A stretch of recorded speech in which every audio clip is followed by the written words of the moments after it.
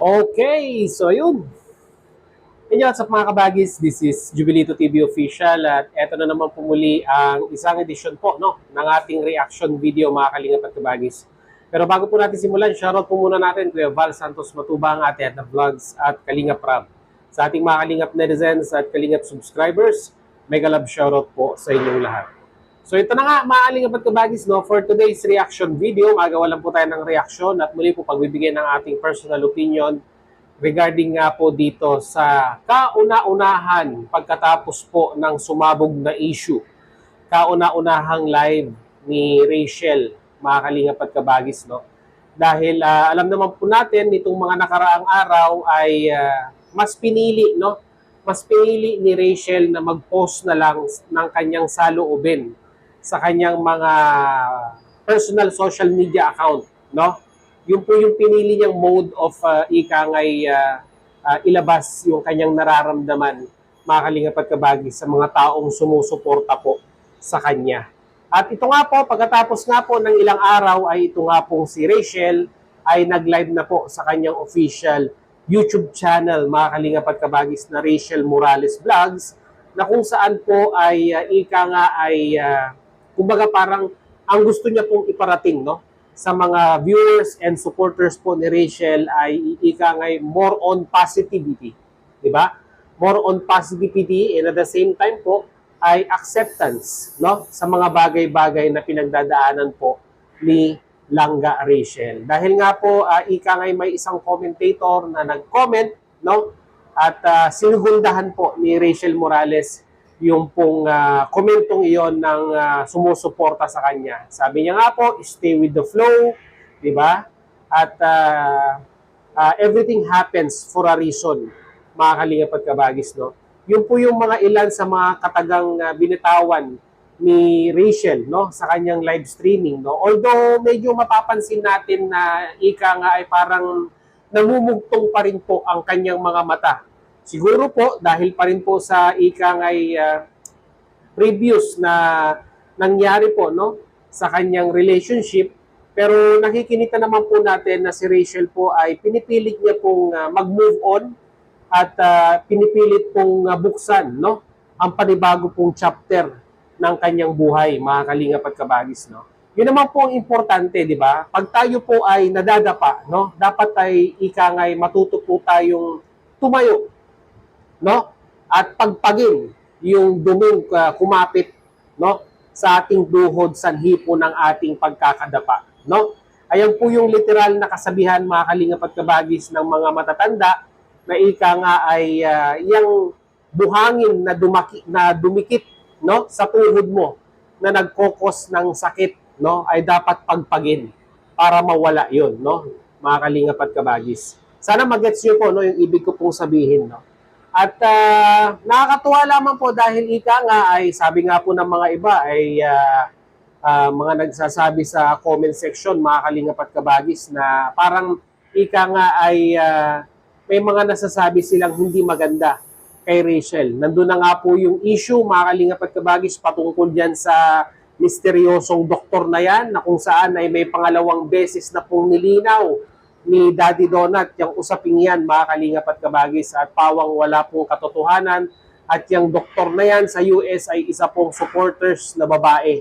At doon nga po sa latest na live streaming ni Daddy Donut, mga kalingap, mga kabagis, ay ipinakita niya po yung screenshot ng mensahe po nung doktorang ito para po once and for all, mga kalingap at kabagis, ay matuldukan na po yung mga espekulasyon or yung mga komento po ng mga netizens na sumisira po sa pangalan po ni Rachel Morales, mga kalingap at kabagis, At kasama rin po doon po sa kanyang live ay nagpapasalamat pa rin po siya, hindi lamang po sa kanya, mga kalingap at kabagis, bagkos nagpapasalamat din po siya, in behalf of Rowell of Malalag. Although ay medyo sabihin na natin hindi maganda yung nangyari po sa kanila, ay hindi po sa nakikinita ko po ay nagkikimkim ng anumang sama ng loob. Ito pong si Rachel, sa nangyari sa kanila ni Dodong, which is para sa akin po ay yun naman po talaga yung importante, mga kalingap at kabagis, Although meron tayong bitterness at hindi magandang nangyari sa ating relasyon sa isang individual, ay wag po nating gawing basihan yon para totaling ika ngay magkimkim po tayo ng sama ng loob at ng galit dun sa taong iyon. No? Sabi nga po ni Rachel, everything happens for a reason. So ibig sabihin mga kalingap at kabagis ay may plano po, no? May plano po ang Diyos, no? Kung bakit po ganito yung nangyari sa kanilang dalawa, no? At alam ko naman po no na hindi po bibigyan ng pagsubok ng ating Panginoong Diyos si Rachel na hindi niya po kakayanin at hindi niya po malalampasan, mga kalingap at kabagis natin dyan. Kaya siguro po bago po tayo pumalaot sa ating usapan, no, ipaparinig ko lamang po yung pong konting video clips doon po sa live ni Rachel Morales, mga kalingap at kabagis. No? At credits po kay Rachel. Ayan, pahiram po muna ng konting video clips ng yung live streaming para naman po meron po tayong reference sa ating mga sinasabi. And at the same time po ay ma-enlighten din naman po no, yung mga bashers dyan na patuloy pong bumabanat at bumabatikos po no, kay Rachel. So without further ado, mga kalingap at kabagis, eto po, pakinggan po natin si Rachel. Narito po yun. Tuloy lang sa buhay langga. Ayoko naman po Tita Jocelyn Seaman. Dahil hindi pa rin naman po nagtatapos ang ating buhay. So, just keep going. Everything happens for a reason naman po. Kaya, ano lang, go with the flow. Ganun talaga ang buhay po. Kailangan nating i-accept. Pero kahit ganun pa naman po, nagpapasalamat po ako sa inyong lahat. Papasalamat po ako para sa aming dalawa. Sa inyong suporta na hindi nagbago. Salamat po palagi. Sana, ganyan pa rin yung suporta po ninyo.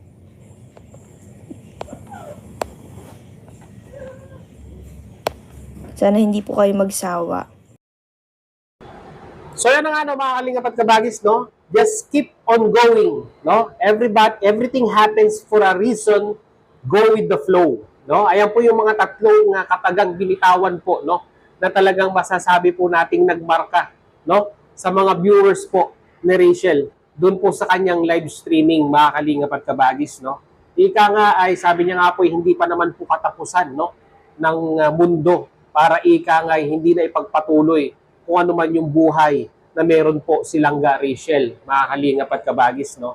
At nakakatuwa lamang po, mga kalingap at kabagis, dahil nga po kahit papaano po ay talagang masasabi po natin na ang suporta po no, kay Rachel ng kanyang mga supporters sa kanyang community ay nandyan pa rin po at hindi po siya iniwan. No? Dahil po kahit papaano po ay maganda pa rin naman po yung views ng kanyang live, mga kalingap at kabagis. At ika nga ay talagang inaabangan nila yung kanyang appearance no, pagkatapos po na sumabog or pumutok po yung issue ng hiwalayan between Rachel Morales at Dodong Roel, mga kalingap at kabagis, no?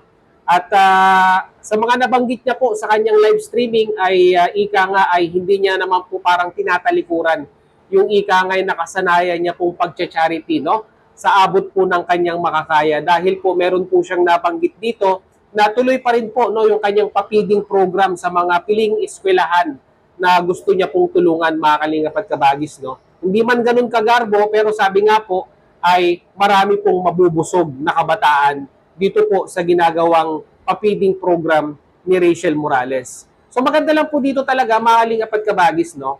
Yung pusong pagiging isang matulungin ay talagang hindi po nawawala sa isang Rachel Morales. Although sabihin man po natin na medyo siya po ay nagkakaroon ng konting famous, no? Hindi konti, pambihira. Yung kasikatan na kanyang tinatamasa ngayon ay ibinabalik din naman po niya, no? Sa kanyang mga supporters at sa mga individual na ika nga deserving na matulungan po ng kanyang programa, no? Simpleng papiding man yan, pero malayo po ang mararating, no? Mga kalingap at kabagis. Kaya hanggang sa akin lang, tuloy lang Rachel sa buhay, no? At tama ka, everything happens for a reason. At wag susuko. Ganun lang kasimple ang buhay. Dahil ika nga, no? kung meron mang nagsarang pintuan, ay panigurado po no, na mayroong magbubukas at magbubukas na panibagong opportunity para sa iyo. So, yun lang po ang ating reaction video for today at hindi ko po alam sa mga bashers, baka pag in-upload po natin ito ay magbase na naman po sila sa thumbnail at hindi po panoorin yung buong video. Yun po yung panawagan ko sa mga bashers, no? Bago po kayo mag-comment ng negatibo kay Jubilito TV Official, panoorin po muna ninyo yung video, no? Hindi yung nagnganganak kayo dyan sa comment section, inaaway niyo si Jubilito TV Official without watching and analyzing kung ano po yung mga pinagsasabi ko po sa reaction video ko po dito po kay Rachel Morales, and at the same time sa mga hot topic or issue na napag-uusapan po patungkol po sa kanya at kay Dodong Roel, no? So, yun lang po ang ating reaction video for today. And muli, maraming salamat dalaga sa dulo po ng ating reaction video. Ngayong araw na ito ay nasamahan niyo po muli si Jubilito TV Official. At muli po, nagpapaalala po ang inyong host.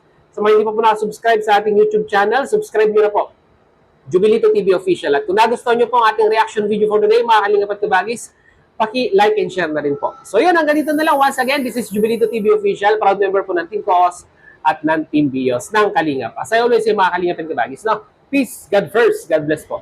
Bye!